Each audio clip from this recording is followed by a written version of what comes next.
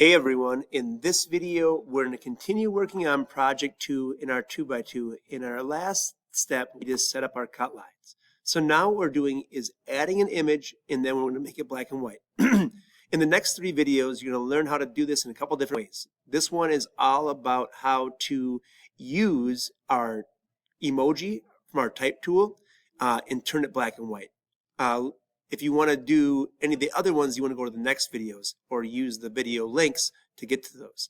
With that being said, this is the simplest way to make an image in your document. Here we go. Into Adobe Illustrator, I've already got my artboard set up where I have 2 lines that are about 2 inches tall by an inch and a half or inch wide, and then I have the 2 ovals for my connection pieces. At the same time, the next thing that we're getting ready to do here is use the type tool, which we used a lot during our pencil assignment, to select it. All right, and then in the selection, we are going to come in and we are going to click somewhere in the gray space. It gives us a lorem ipsum. If we come in and delete that by just hitting the backspace or delete key, it should just have us a little flashing space, and that's really important to see the emojis we want to see. So we want to go click into our emojis.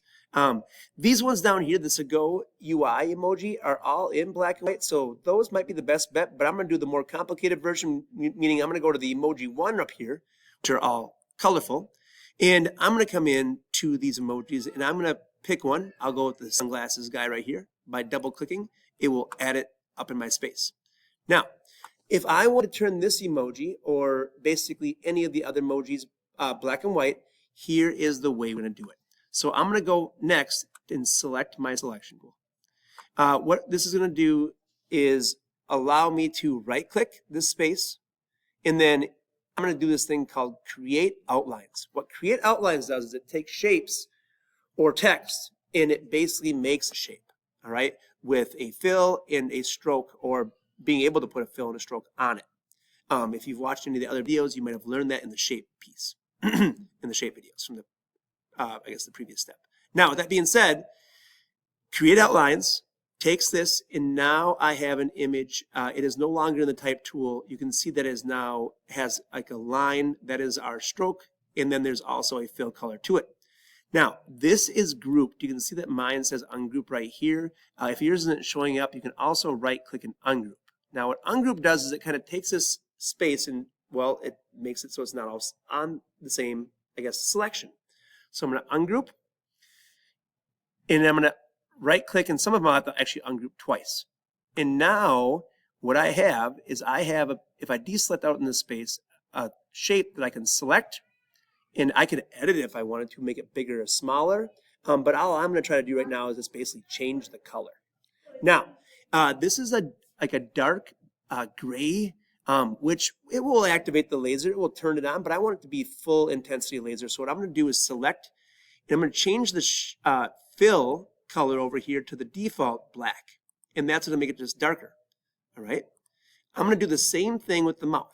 So select that mouth, come over here, select that black from brown to black, and now I know that my laser is going to turn on at full intensity in that space. All right. Now, the next thing I'm going to do is I'm going to turn the yellow to a white that has a black outline. All right, making this a truly laser engravable image, meaning it will have our intensity being in our contrast being the most that it could possibly be. So in here, I'm going to select the yellow. When I select the yellow, I'm going to come into this space over here right now, and I'm going to change the yellow to a white. And when I do that, it is going to, well, update this little space right here. And the last thing I had to do is I had to put an outline on the outside.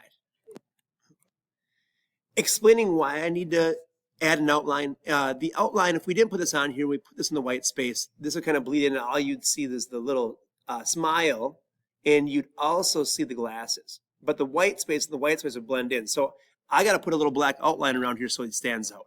So how I do that is go to the stroke, and over here, that's the right-hand piece. And I'm going to change this to black. And when I first click on it, it's on a 1-point stroke. You can see that it looks kind of large for this size shape. At the same time, If I come in, I can edit that so it's a little bit less by coming into these points and then selecting this to be like a 0.75. Oh, that might be a little bit too much too. Maybe it's 0.5. Sorry, I misclicked. Now that one looks pretty good. Deselect to see what's going on there. And it looks like our original shape, but now it's in black and white. And once again, the reason why we're doing this is just making it so it's the most contrast in our images, because sometimes these yellows and these browns and whatever else, the laser is interpreting them as grayscale, and you can't tell the difference of them after it's been laser engraved. Now that we have our shape made, we want to do our selection tool to click and drag to select all of our piece there, and then we want to group it. And once again, if your group's not showing up there, if you right click where my ungroup is right now, there'd be group. All right, that's how we make this the right colors. Now, lastly, the next thing we want to do is probably make this bigger or smaller. All right, if you've watched the selection tool videos, you kind of understand how to make things stay a 1-to-1 ratio so we're not squishing or stretching.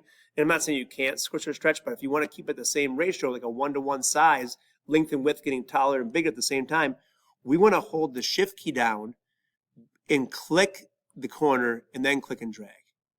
And then it keeps it at a 1-to-1 ratio. Then I can move my shape to where I want it to be in my document. And once again, we want to use this space, well, the best we can, and we don't want to make it, I guess, too big, too small. So we want to use this space to kind of fill, and then we can also move it around. You can see the lines kind of snapping up. We want it centered. The little alignment lines show up this way, and then place it where you want it to go. If you have any other questions about any other ones that just don't work out as well or it's quite as easy as this shape was, or this emoji was, ask me and I can help you make that the right way. Thank you for watching. Hope this helps. The next video will talk about downloading images from or pre-made Adobe Illustrator images that we can just edit and then move into our document. Thanks for watching. Have a good day.